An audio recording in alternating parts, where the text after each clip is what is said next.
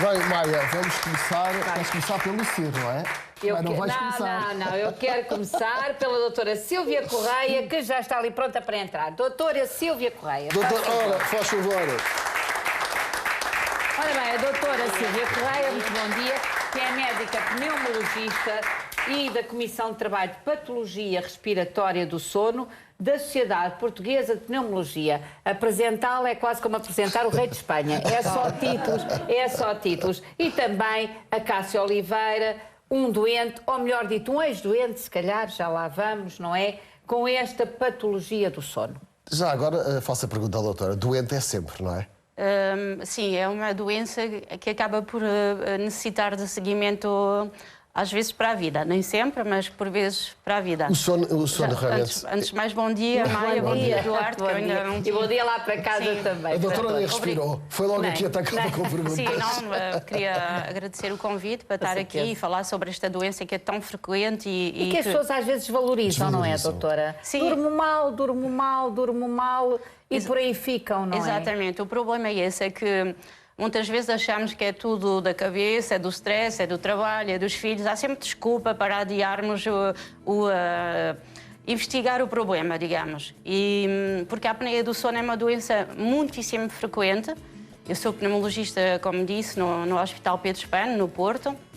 E na minha consulta, digamos que cerca de 80% dos doentes que eu recebo são por suspeita da apneia do sono.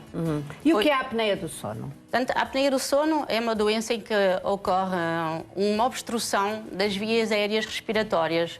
É sobretudo aqui a nível da faringe, que é um canal com uma estrutura muscular que colapsa muito facilmente durante o sono, porque de facto ele não tem cartilagem. Fica mole. É apenas músculo. Pois. E como sabe, nós durante o sono, os nossos músculos estão também a descansar.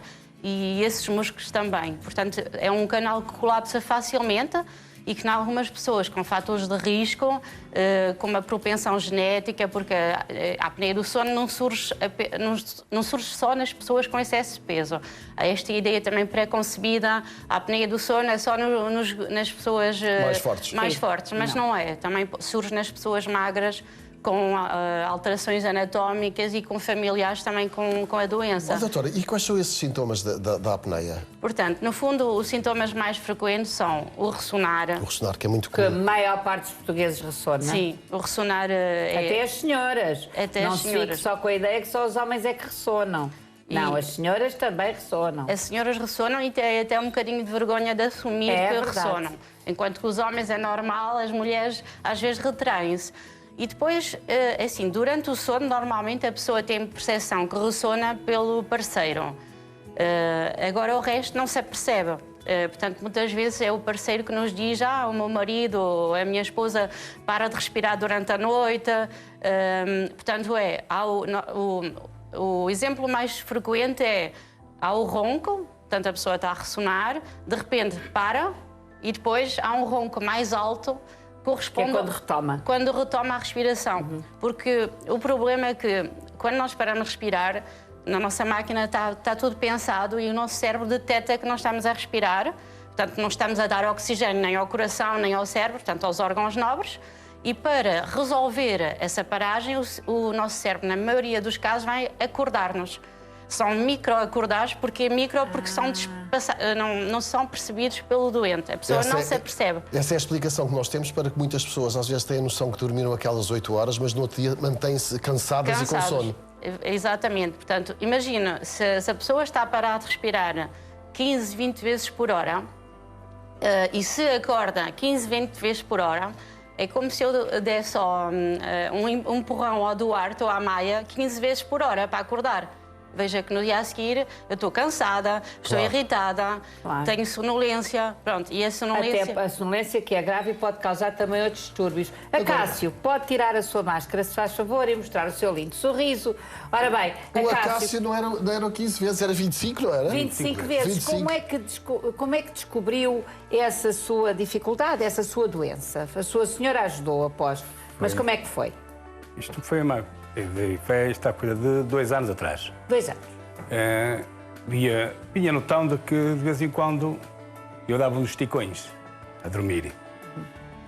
Dava uns esticões e eu Portanto, acordava. Acordava, ficava assim e acordava. E a minha esposa dizia que de vez em quando dás os esticões na cama. Pronto, tudo bem, aquilo foi andando, até que uma vez... E ressonava. Muito, Sim. muito. E de uma vez a minha esposa estava comigo e eu adormeci. Ela não tinha lá muito sono, mas ela estava ali assim, eu observou que eu parava muitas vezes a dormir, parava de respirar. De respirar. Certo. Por isso tinha essas paragens. Parava e ela ficou assim um dia, no outro dia ficou Começou a alerta tomar e sentido. eu continuava. É quando recorreu ao médico. E foi quando ela disse-me, olha, não andas bem porque tu paras muitas vezes durante a noite de E sentia-se respirar. cansado no outro dia? Sempre. Sempre cansado. E às vezes doía-me a cabeça. Doer-lhe a cabeça. E Até chegou a ter uma depressão. até que depois eu andava bem e marquei uma consulta e tive o privilégio de encontrar a doutora Silva.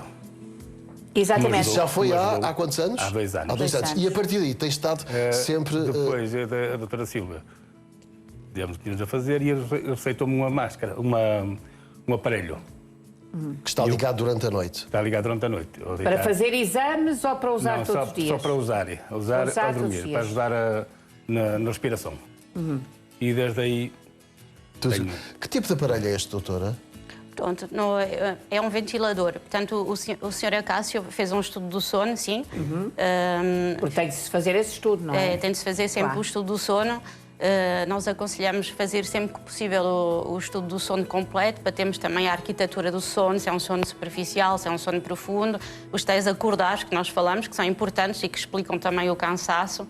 E esses estudos de sono é possível fazer no domicílio na maioria dos doentes. Portanto, não é preciso que eles fiquem... Levam uma máquina para casa, é? Nós montamos o equipamento e, portanto, há dois tipos de estudo de sono. O mais básico, que avalia sobretudo a respiração, a parte cardíaca, e o completo, que então vê a parte da estrutura do sono.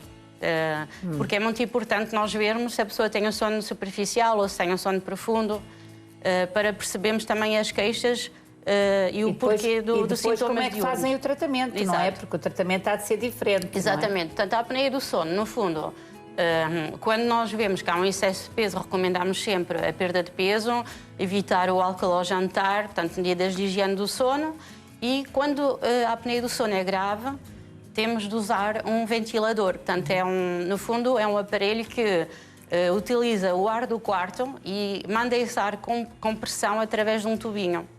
É como encher um pneu, para que o tal canal, a tal faringe, não colapse durante a noite e fica sempre patente. Portanto, o tratamento nunca é medicamentoso, Não, é sempre mecânico. Na apneia do sono, não. Nós temos tratamentos diferentes. Por exemplo, há doentes que só param de respirar de barriga para cima, porque o colapso é maior de barriga para cima, por causa do peso da gravidade. Então, nesses doentes, nós não precisamos do ventilador e podemos usar um dispositivo que vibra, um dispositivo muito pequeno que se pode pôr aqui, ou no tórax, ou aqui no pescoço, e que vai vibrar quando a pessoa está de barriga para cima, obrigando a virar. Por isso é que, quando se dorme com alguém que ressona, nós damos pontapés para a pessoa se virar. Sim. No fundo, é uma defesa que... Lembra, toda a gente faz isso, não é? Quando alguém que está ao nosso lado ressona, malta dá umas cotoveladas, dá um pontapé para a pessoa se virar, que é exatamente para isso, para não estar de barriga para cima. Normalmente... Curioso, como as coisas que nós fazemos sem perceber. Sim, tem a sua lógica. A maior parte das pessoas piora de barriga para cima, mas há pessoas que não, nem Doutora, todas. a maior parte dos portugueses nem tem noção de que pode ter a apneia do sono. Sim, é uma doença que está pouco diagnosticada. Porquê? Porque é muito silenciosa. No fundo, se a pessoa ao lado não se aperceber, ou se a pessoa dormir sozinha, não sabe. Não sabe. Claro. E, por exemplo, nas mulheres, as queixas são muito, muito subtis. Nós, as mulheres, estamos protegidas até à menopausa, devido à parte hormonal. A partir da menopausa temos um risco igual ao dos homens de apneia do sono.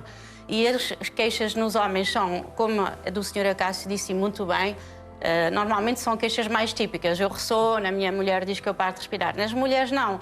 Muitas vezes há uma insónia, há uma dificuldade em dormir, há uma fadiga durante o dia, depressão também. Tudo isso passou ao Sr. Acácio. Agora é um homem que deixou de ter fadiga, deixou de... Faz a sua vida normal. Sim. É um homem novo. Quando a doutora está no Porto, que ia fazer o teste, era eu que durmo sozinho. Não tenho indicação nenhuma, só sobre os cães. É verdade, Maia. As coisas que ele... É bem-vindo ao Porto. Pois, a doutora só dá consultas no Porto, não é? Sim, eu trabalho no Porto e só lá. Doutora, o que é que nós podemos fazer para ter uma vida mais descansada? Principalmente agora até nas férias. Sim, em termos de higiene do sono. Higiene do sono. Os truques, não é? Para dormir melhor. É assim, antes de mais, de facto, é muito importante a população não descurar o sono num período de férias, porque troca-se muitos horários, não é? No período de férias. No período de férias, exatamente. Não há horários, deitamos-nos mais tarde. E alguns excessos. Sim, de álcool, em termos de quantidade também do que se come, exatamente. E no verão nós sabemos que há mais acidentes de aviação e mais acidentes fatais. E a sonolência que pode surgir em consequência desse mau sono pode ser grave, não é? Quando leva a acidentes de aviação. Portanto, ter muito cuidado nos hábitos alimentares, não consumir álcool. Portanto, no fundo, o que nós recomendamos... Ao menos álcool, sim. Exato. Se me perguntar, Maia, truques para dormir melhor. Sim. Portanto, ter horários regulares, mesmo no período de férias, tentar manter a mesma hora de adormecer e de acordar, inclusive ao fim de semana. Tentar ter o quarto a uma temperatura de entre 18 e 20 graus. Só ir para a cama quando se tem sono. Evitar o álcool, a nicotina. E ver televisão no quarto? Isso é péssimo. Isso é péssimo porquê? Porque tudo o que é televisão, tablets, telemóveis... Isso é uma coisa que acontece, doutora. Eu agora tenho estado muito ligado, por exemplo, aos telemóveis e ao computador até para aí meia-noite, 1 da manhã, e eu tenho muito maior dificuldade em adormecer. Mas isso tem uma explicação, porque todos esses dispositivos, eles emitem uma luz azul. E a luz azul vai bloquear a libertação de melatonina, que é a hormona que nos faz sentir sono e que é libertada à noite. E, portanto, quando nós estamos em contacto com esses dispositivos, essa libertação é bloqueada. E, por isso, o que nós aconselhamos é entre 30 minutos a 60 minutos antes de ir para a cama evitar os dispositivos. E no quarto, não ter televisão, não levar o computador nem os tablets. Isso é uma coisa que eu já faço há muito tempo, mas não ter televisão essa no quarto. história da luz azul, não sabia. Mas eu sabia. Doutora, muitíssimo obrigada pelos seus preciosos conselhos. Acácio, mantenha essa sua vitalidade e ainda bem que encontrou solução para o seu problema. É um exemplo para muitas pessoas. Façam uma consulta do sono, porque dormir bem é fundamental. Eu queria deixar aqui diga, Acácio, que quem pudesse, que eu conheço muitos colegas, também ressonam muito, que eles dizem, porque a doutora te disse aqui, é verdade, nós homens comunicamos um com o outro, dizem, eu ressono muito, ressono pouco e tal, enquanto as senhoras não dizem isso, não é? Mas os homens dizem.